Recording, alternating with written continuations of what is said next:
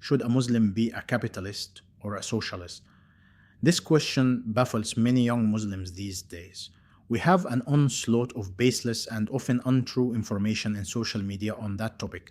Let's try to explain it as plainly as possible. Let's imagine that this crude drawing represents a capitalist. I'm gonna add a hammer in his hand to symbolize a business mindset. Let's write capitalist at the top for clarity.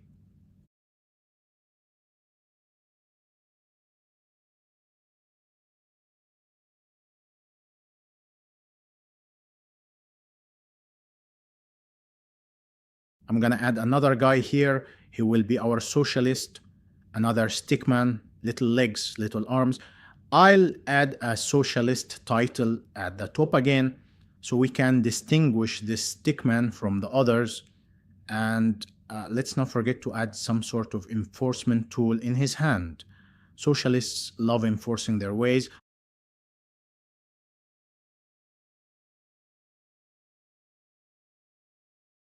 I'll add a fire stick, but it might as well be any other weapon. Here, looks enforcing enough. And finally, we have a Muslim guy over here for a comparison. Same kind of figure, simplistic, but that should be sufficient for our purposes.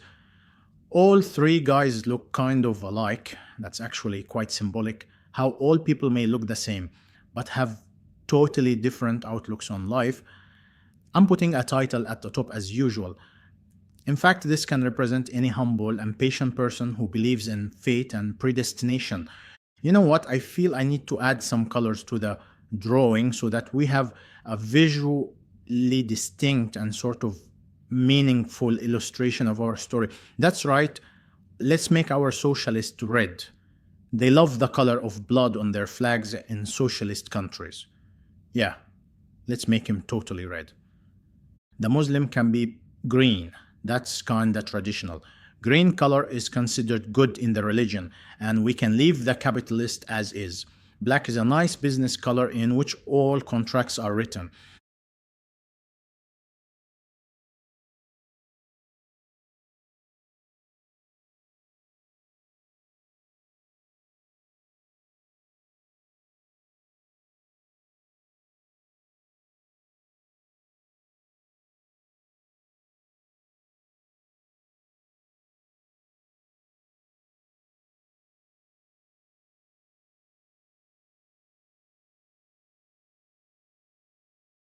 Now let's start our comparison. When the capitalist works and invests, he expects to get a good money in return. If he doesn't get what he wants, he becomes unhappy about it. He's unhappy with the reality. He wants to do something about it. So he will vote, work his way up, organize some changes. He will begin earning more and more. He will be getting richer and richer. He improves tools, makes new investments.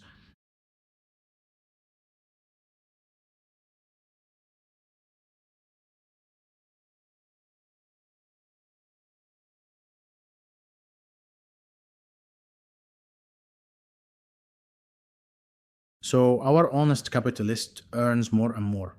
Lawfully or unlawfully, it doesn't matter at this point. But his wealth makes him more and more different from those who are poor. Some of those poor cannot or don't want to work. And they are unhappy with what they've got, unhappy with the reality. So they do what they can to get more. The socialists usually take by force and redistribute. They take from those who have and give to those who don't have. They grow bigger and stronger, take and distribute more and more, as long as those who have continue to produce. Taking and redistributing needs more enforcement. Let's add another weapon to our red socialist guys over here. Yeah, he's really soaked in sweat and often blood of those who don't want to share what they earned. Since the socialists don't work, they can spend a lot of money on the enforcement methods. Let's make sure he's really red here. Like that, yes.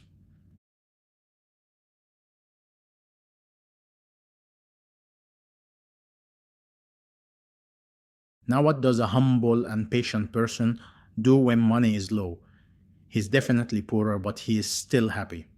Here, while the other two guys are unhappy when it's tough, The believer is still happy. Let's make him extra green and content. Why? Because he believes that what he's got is what was already pre-decided and couldn't be any more or any less. That's why he is not upset. He is patient, still working, hoping for the better times. The believer knows that all the good things come from Allah the Almighty above. They come from Allah to those two other guys as well, but they still think they would get more if they study more, work more, take more from others, and distribute better.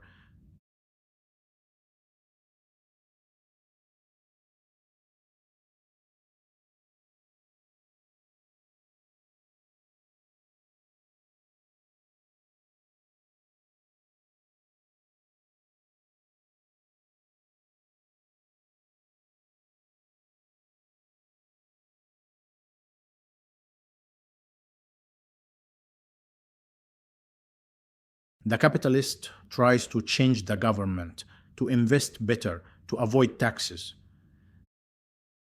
The socialist invents new ways of taxation, tariffs, and distribution among the other people, even if that means that they will not need to work and earn themselves.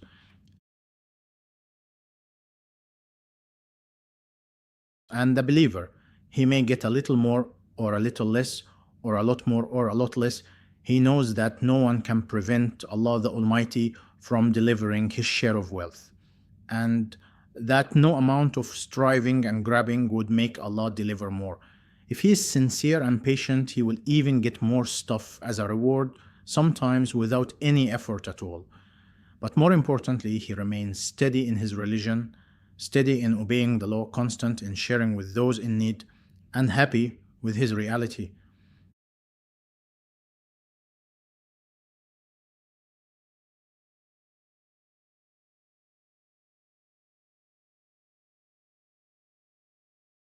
The constant struggle for resources between the working people and the taking people leads to cycles in the economy.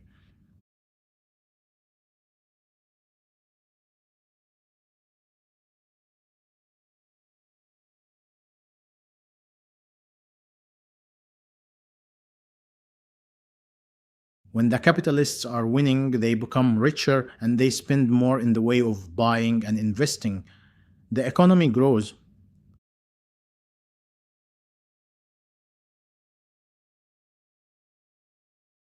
But then, when the socialists have the upper hand, they are taking a lot more and distributing a lot more to the others.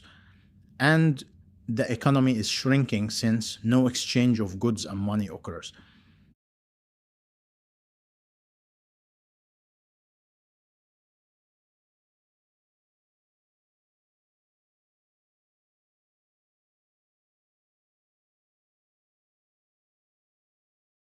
To be clear, any government that comes to power assumes some social obligations, it collects taxes, it supports insurances for the elderly and for other groups, and it does many other social distributions. In that sense, any government is to some extent socialist.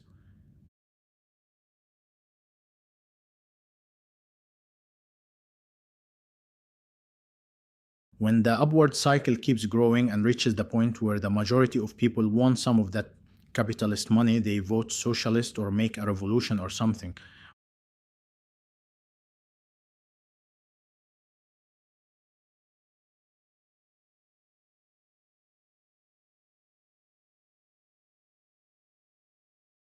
We can even observe that capitalism leads to socialism after reaching its highest economical point. Growing philanthropy and charity reach enormous proportions and become differentiators in the society split along the income lines. People start giving out more and put those practices into laws. Of course, not all agree, but the majority is still going in the socialist direction either because it's profitable or because the society receives conditioning for that type of the economy.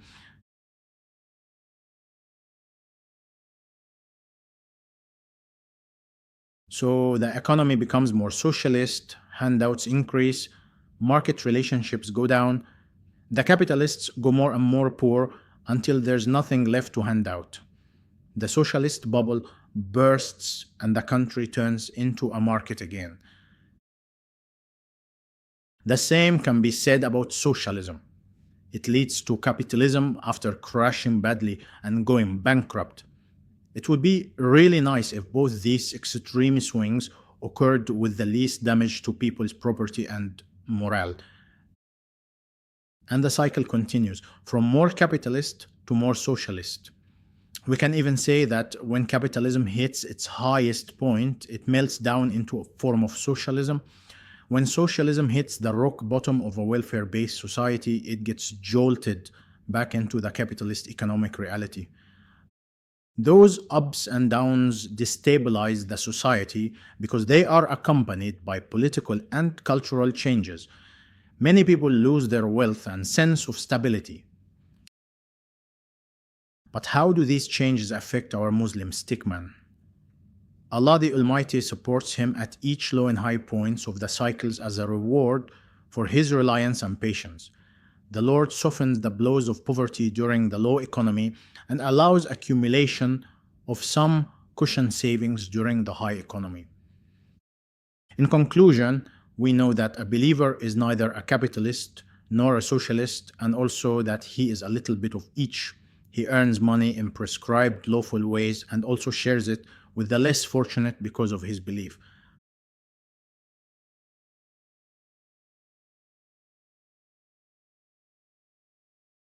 Surely being a believer or at least a decent person is the safest choice in the long run.